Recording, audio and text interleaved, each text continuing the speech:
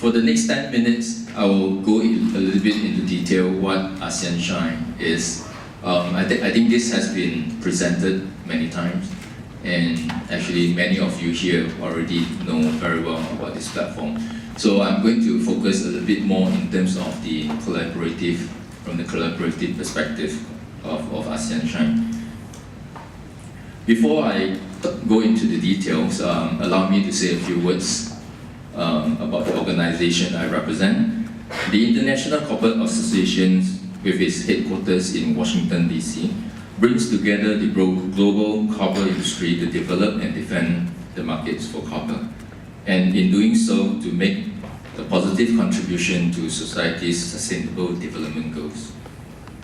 ICA has been actively advocating for higher standards for energy efficiency and electrical safety.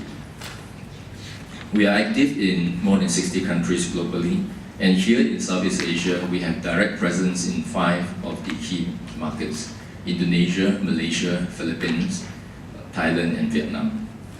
While we do not have direct presence in the other ASEAN member states, we operate through the offices that we have and through our collaboration with the international organizations, at ASEAN Center for Energy and the Energy Efficiency Subsector Network to support energy efficiency initiative in these countries. All our projects in Southeast Asia focus on the 2 key aspects of electrical products: electrical safety and energy efficiency. So the ASEAN Shine platform was established under the EU Swiss Asia funded project back in 2012. The objective of that project is to promote the use of high efficiency room air conditioners in ASEAN. Through the project, the key targets is to harmonize the testing standards and the technical regulations such as minimum energy performance standard for the region.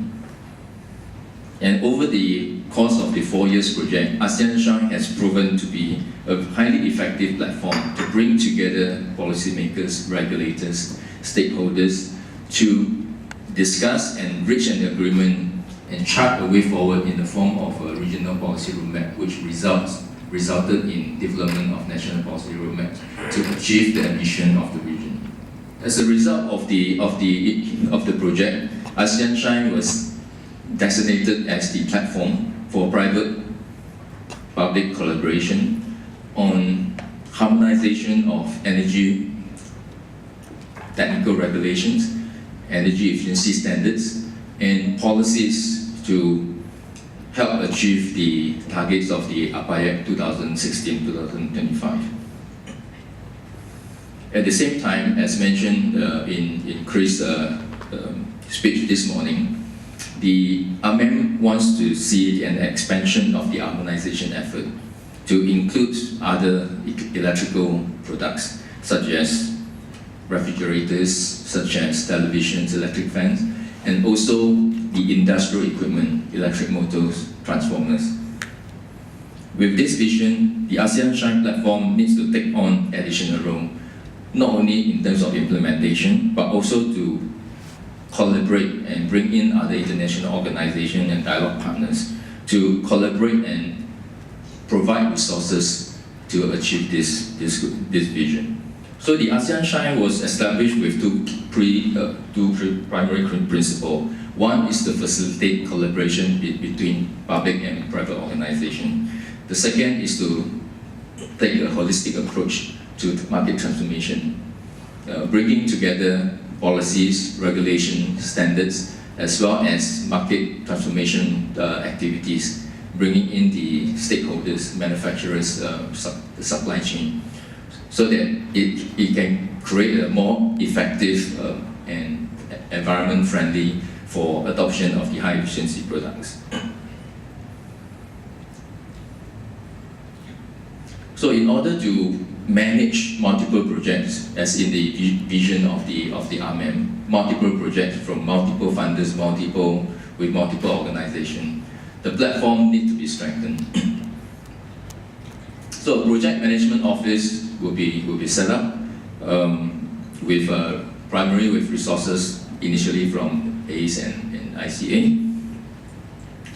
The role of the Project Management Office is primarily to engage with donor agencies, international organizations, and dialogue partners to discuss, develop the project concepts. This includes budgetary estimation, contribution from various project partners, finalizing funding arrangements, as well as reporting requirements to meet the requirements of the donors agencies. On top of that, the PMO needs to undertake project monitoring and quality control functions. The PMO office needs to oversee implementation of the harmonization projects in accordance with project implementation plan developed with the international organizations.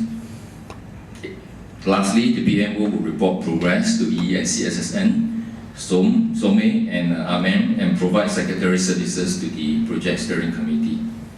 Finally, the PMO also coordinates with country chapters for execution of national activities to ensure communication between the regional activities and the ASEAN member states. One of the most important components of the ASEAN Shine platform is the country chapters. Right? The country chapters bring together policymakers, regulators, standards body, and stakeholders at the professional institutions in the ASEAN member state at the local level to deliberate on the output and recommendations coming from the regional work groups. The country chapters will also provide feedback and recommendation back to the regional work group to further improve upon the recommendation and the direction that will eventually be reported to SOME and AMEM. In this perspective, the private sector plays a critical role in operation of the country chapters. It ensures alignment of national activities and real-life situation at the national level and vice versa. In the long term, the country chapters plays a key role in facilitating public-private collaborations. The private sector needs to have a clear vision on the targets and timeline for the harmonization of standards and energy efficiency regulation. And on the other hand, the stakeholders need to play a bigger role and be proactive in driving market transformation, not leaving the market transformation to the policymakers.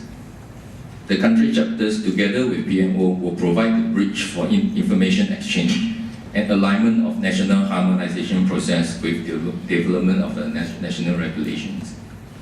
Right, so I hope this, in a very short nutshell, provide the essence in terms of how the stakeholders, the private sector, can collaborate with the policymakers through the country chapters at the national level, and then bringing it to the regional work group for discussion and eventually reach a consensus.